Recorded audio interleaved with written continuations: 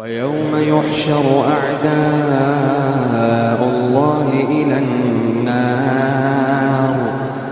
ويوم يحشر أعداء الله إلى النار فهم يوزعون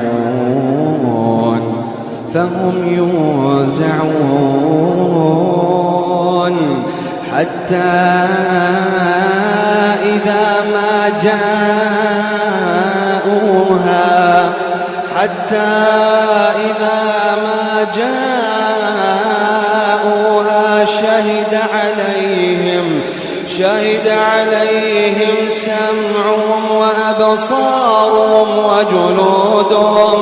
شهد عليهم سمعهم وأبصارهم وجلودهم بما كانوا يعملون.